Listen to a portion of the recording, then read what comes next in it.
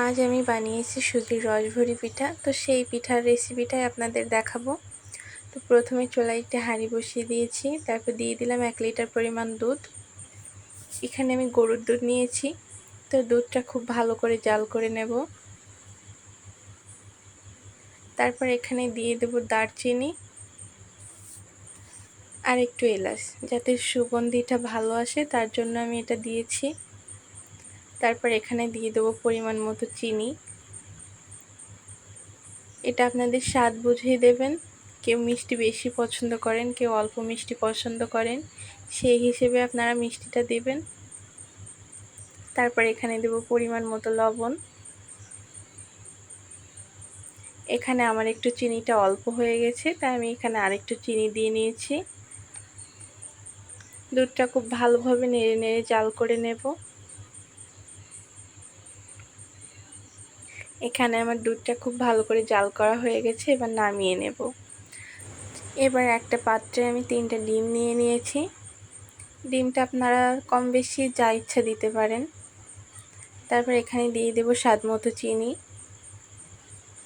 Baking powder, আপনারা চাইলে খাওয়া সোডাও দিতে পারেন।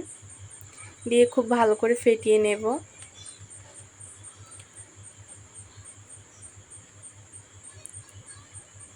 ফেটিয়ে নেওয়ার পর এখানে আমি এবার দিয়ে দেব সুজি। সুজিটা অল্প অল্প করে দিবেন, একসাথে দিলে বেশি পড়ে যাওয়ার ভয় থাকে। অল্প অল্প করে দিয়েই নাড়াচাড়া করে নেবেন।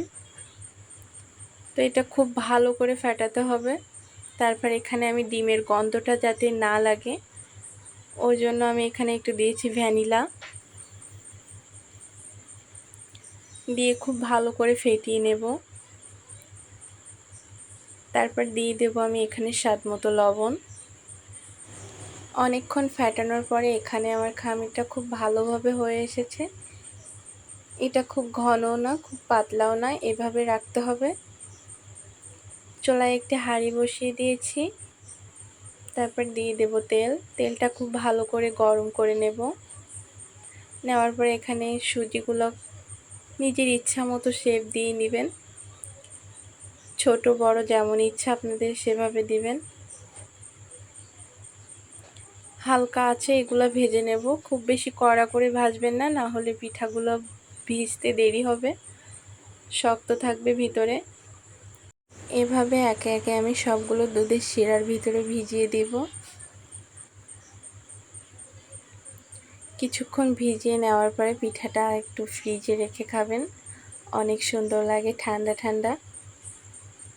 তো এখানে আমার পিঠাগুলো সবগুলোই দুধে ভিজানো হয়ে গেছে। দেখতেও মাশাআল্লাহ অনেক সুন্দর হয়েছে। তো দেখুন আমার ফাইনাল লুক, কত সুন্দর পিঠাগুলো নরম হয়েছে। আমার ভিডিওটি ভালো লেগে থাকলে অবশ্যই কমেন্টে জানিয়ে দিবেন, আর কোনো ভুল ত্রুটি হয়ে থাকলে ক্ষমা করে দিবেন। তো আমার ভিডিওটি এই পর্যন্ত। আল্লাহ হাফেজ।